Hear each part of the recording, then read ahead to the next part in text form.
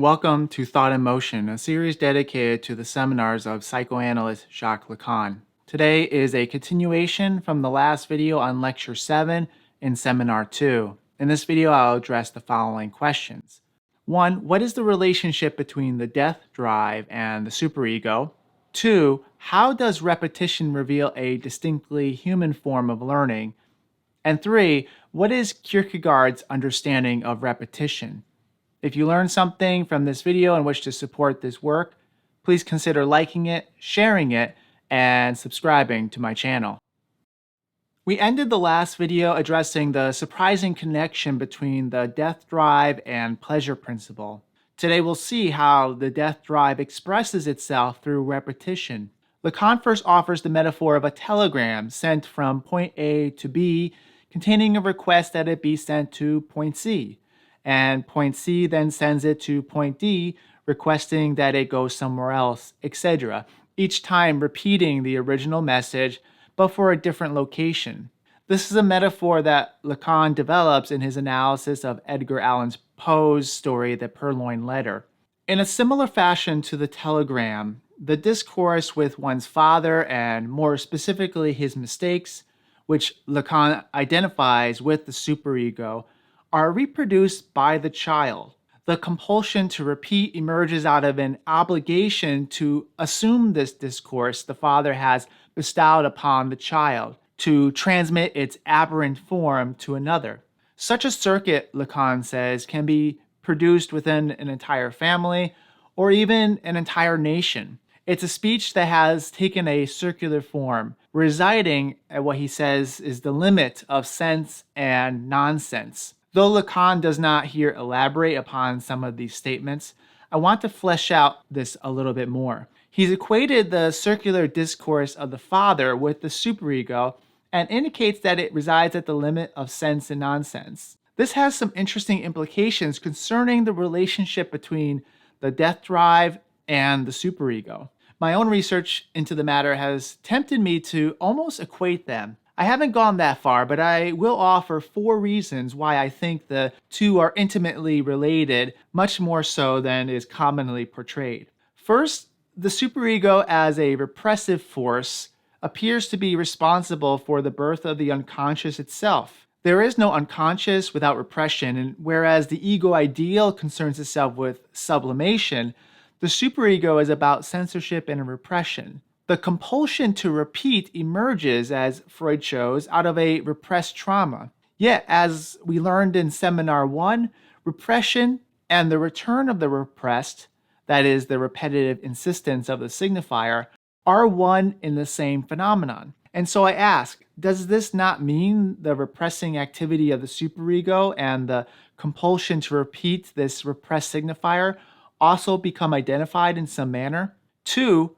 The death drive, though having roles to play in relation to the imaginary and real, seems to be equated by Lacan in this period of his thought with the symbolic. He describes the death drive as the insistence of a signifier. We learn from Seminar 1 that the superego is an element of the symbolic as well. It's often equated with the dead father who imposes a perverse ethical demand upon the subject. As such, it's an element of the law that misrecognizes the law, and hence why it perhaps contains the word ego in its name.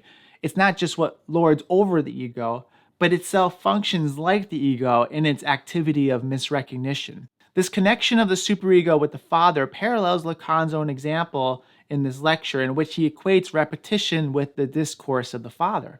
3. Lacan's indication that this repeated discourse resides at the limit of sense and nonsense can be understood in light of the superego. To say something is at the limit of sense is to say that it's at the limit of what can be meaningful. To say it's at the limit of nonsense is to say that it's on the verge of being absurd or meaningless. The superego resides at the limit of sense and nonsense as well, functioning as a kind of nonsensical sense or a senselessness. What does it mean to be senseless, and how is that different from nonsense? I think Wittgenstein's distinction is helpful here. In the Tractatus, Wittgenstein distinguishes between nonsense and senselessness. Nonsense goes beyond the limits of meaningful language, residing on the other side of what can be said. In contrast, senselessness has to do with tautology or contradiction. Listen to the definition of a tautology. It's the needless repetition of an idea, statement, or word. Another definition is it's the saying of the same thing twice in different words. So tautologies remain within language and as such are not nonsensical. Rather, they're excessive, beyond what is needed. Going back to the superego, it's not beyond language, not beyond the symbolic. Rather, the superego is a piece of the symbolic that incessantly imposes its perverse ethical demand upon us. It's what Lacan calls a senseless expression of the law, a discordant statement that gets pushed into the foreground by earlier trauma, and a blind, repetitive agency. All this makes it difficult to distinguish the superego from the repetitive tendency of the death drive. Fourth, Freud himself makes some explicit connections between the two, though his language maintains a certain degree of separation. He writes that the superego serves as the gathering place for the death instincts, a pure culture of the death instinct. It's for this reason we find in Civilization and Its Discontents, a book that deals with the cultural implications of the death drive, an entire section dedicated to the superego. But because Freud connects the death drive with biology, it remains distinct from the superego in some ways. However, with Lacan locating the death drive in the symbolic, it's much more difficult to maintain such a distinction. And so all this gives rise to the image I use to think about the superego and the death drive. And that's the Greco-Roman god Saturn, which we see here depicted in a painting by Francisco Goya. Saturn's son was prophesied to usurp him one day, and so with every son born, Saturn would consume the child. Already we see the Oedipal drama being played out here.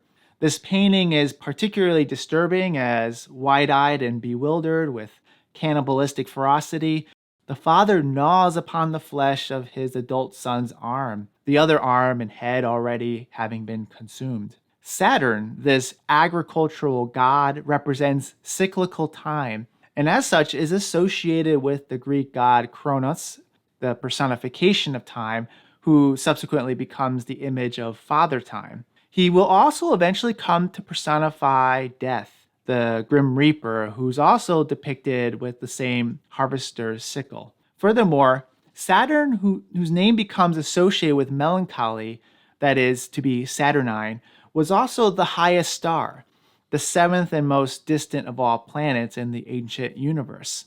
The comparison is apt as the superego represents what is supposedly highest in us, the internalized ethical imperative, as well as what brings us to our lowest in melancholy, as it, according to Freud, rages against ego with merciless violence. And so paternity, repetition, death, and melancholic self-destruction all converge for Saturn, as they seem to do for the superego when understood in terms of the death drive. This compulsion to repeat also forms the basis for human learning. To illustrate this, Lacan rehearses the story of a Greek boy who attends a funeral saying, "Many happy returns." He gets into, of course, all sorts of trouble and is told, "You don't say 'many happy returns' at a funeral. Instead, you say, 'May God rest his soul.'" So next, he goes on to a wedding and says, "May God rest his soul," and again gets into all sorts of trouble.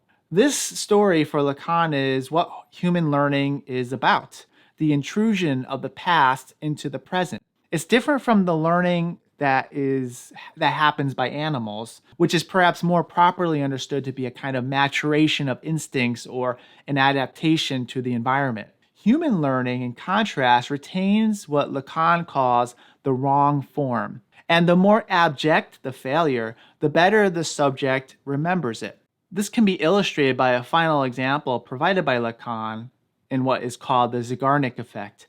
This concept claims that people tend to remember unfinished or interrupted tasks better than completed ones. It's why one may develop what is called an earworm for particular songs, such as Baby Shark.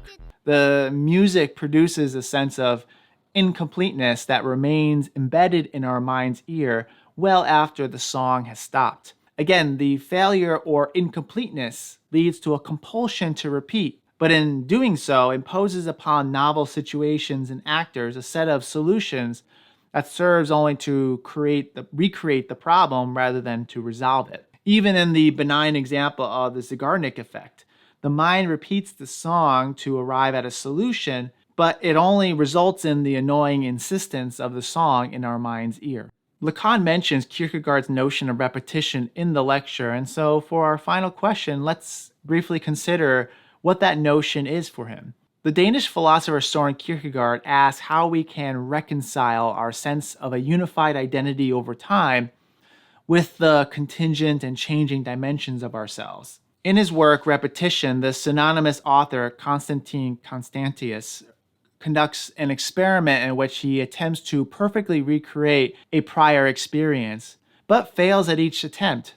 One time he can't secure the same seat at a theater as before. Another time he doesn't enjoy the same company as he had previously. He discovers that repetition is impossible due to a certain irreversibility of time. However, rather than deny the concept of repetition altogether, Constantine, like in Lacan's examples previously mentioned, discovers that repetition is possible, but only as a kind of failure. He writes, "The only repetition was the impossibility of repetition."